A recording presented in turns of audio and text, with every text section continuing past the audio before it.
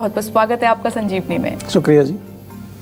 Acidity की दवा ले रहे हैं तो किडनी का भी रखें ध्यान। जानिए एसिडिटी की दवाओं के side effects doctor Pratap Chauhan से सिर्फ संजीवनी में। आज का हमारा शो उन सभी लोगों के लिए है जो एसिडिटी ना हो इसके लिए हर दिन एसिडिटी की दवा खाते हैं, क्योंकि आजकल एसिडिटी की दवाएं आपके पेट पर ही नहीं आपकी किडनी पर भी असर डालती हैं और ये असर बहुत खतरनाक होता है। क्या एसिडिटी को लाइफस्टाइल सुधार कर आयुर्वेद अपनाकर ठीक किया जा सकता है? सेहत से जुड़े इन्हीं अहम सवालों का जवाब देंगे आज डॉक्टर प्रताप चौहान। तो आइए आज की खास चर्चा की शुरुआत कर लेते हैं। सबसे पहले हम बात करेंगे कि आजकल लाइफस्टाइल के कारण ज्यादातर लोग जो एसिडिटी की समस्या से गुजर रहे हैं, जो लोग हर रोज एसिडिटी की दवा खा रहे हैं, उनके शरीर में इन दवाओं के कारण क्या बुरा असर पड़ सकता है, आइए जान लेते हैं।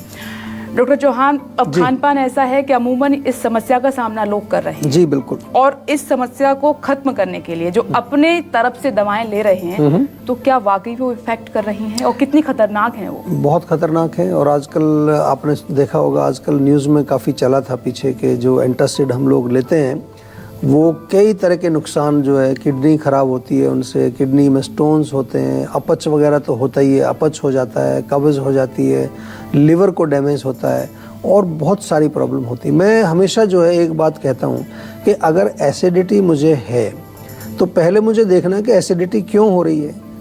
एसिडिटी जो है, हाइपर एसिडिटी या अम्ल पित्त हम उसको आयुर्वेद में बोलते हैं, उसका जो मूल कारण है वो हमारा भोजन और हमारा लाइफस्टाइल।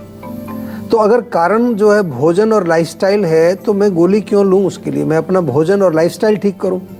क्योंकि बहुत सारे लोगों को मैंने देखा है कि वो एक एंटासिड लेते हैं सुबह, बहुत सारे लोग लेते हैं और 5 मिनट बाद चाय पी लेते हैं। यानी कि आपने पहले एसिडिटी या एसिड को कम करने की गोली ली और फिर एसिड डाल दिया। तो ये कौन सी समझदारी की बात हुई?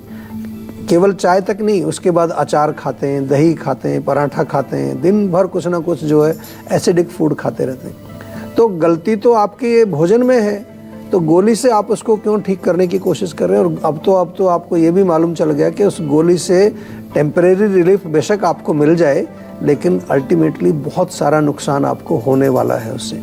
तो आपसे निवेदन है कि अब आयुर्वेद से जुड़ जाइए और कैसे आयुर्वेद से आप जो है अपनी एसिडिटी को ठीक कर सकते हैं, कैसे जो है उसके कॉम्प्लिकेशंस को आप ठीक कर सकते हैं, इसी विषय पर आज बात करेंगे आपके साथ।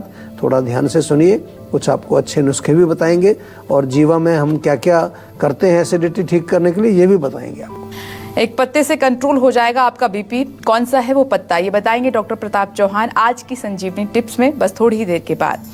डॉक्टर चौहान, अगर एसिडिटी की दवा किसी को नहीं खानी है, मैं आपसे ये जानना चाहूंगी कि वो कौन सी चीजें हैं जो हमारी डाइट है उनमें से वो कौन सी चीजें हम निकाल सकते हैं ताकि वो दवा ना खानी पड़े हमें?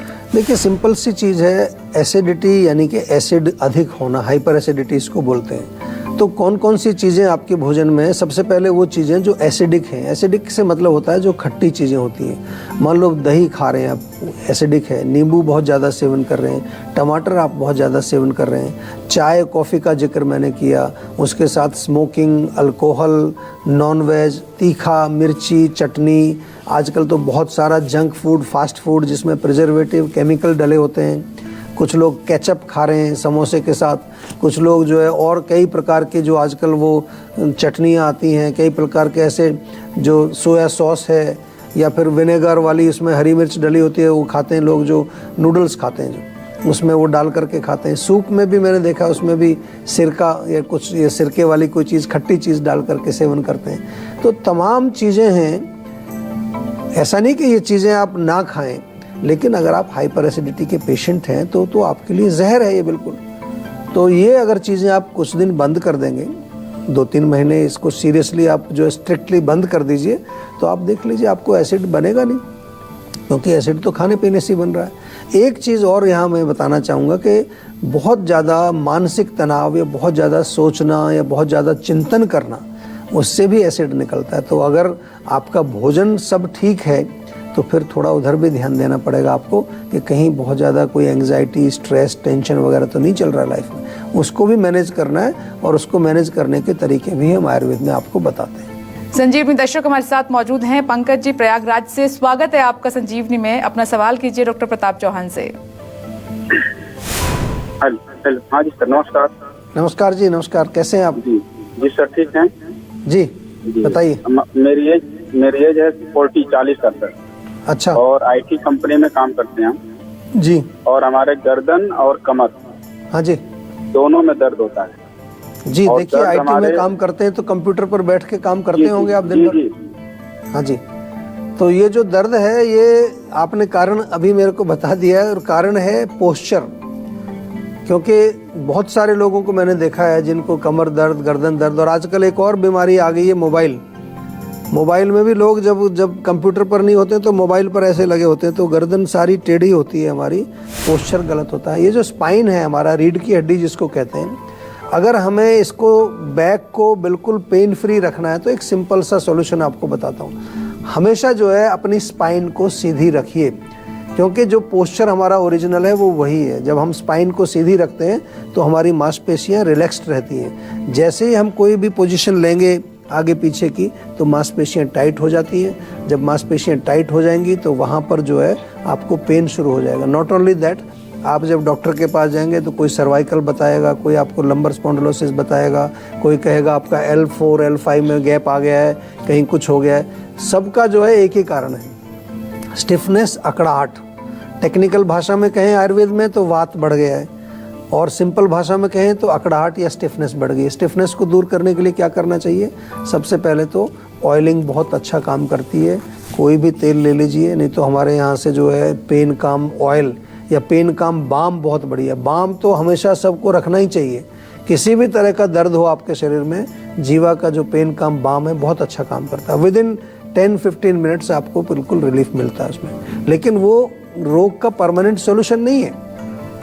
परमानेंट सॉल्यूशन, क्योंकि पोस्चर की प्रॉब्लम है तो पोस्चर सीधा करिए। कुर्सी आप ज़रा ध्यान से लीजिए जो पीछे से बैक में सपोर्ट मिले। बैठे हैं, काम कर रहे हैं तो हर 2 घंटे में, 1.5 घंटे में उठ करके थोड़ा स्ट्रेचिंग करिए, थोड़ा सा कंधों को घुमाइए। एक हमारा प्रोग्राम है जीवानंद प्रोग्राम, उसमें आधा घंटा रोज़ सुबह आप जो है थोड़ा फिजिकल मेंटल एक्सरसाइज उसमें हम आपको बताते हैं, वो नियमित रूप से करिए। फिर भी कोई समस्या है तो आप हमारे डॉक्टर से संपर्क करें। तो उसका कोई अगर ज़्यादा एडवांस्ड आपकी कंडीशन है या सिचुएशन बहुत ख़राब है तो इंटरनल उसके दोषों को बैलेंस करने के लिए आपको औषधि भी हम देंगे, ताकि आपका रोग जड़ से ठीक हो जाएगा। लेकिन पोस्चर का ध्यान जरूर रखना है। डॉक्टर चौहान, हम लगातार अब एसिडिटी से जुड़ी हुई बात कर रहे हैं।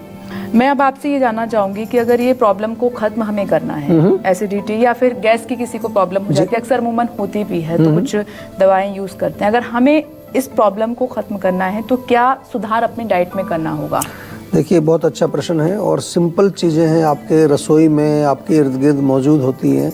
ऐसे टेक्निकली बोलें तो जो एसिडिटी को ख़त्म करने वाली चीज़ें हैं उनको एल्कलाइन शब्द प्रयोग किया जाता है।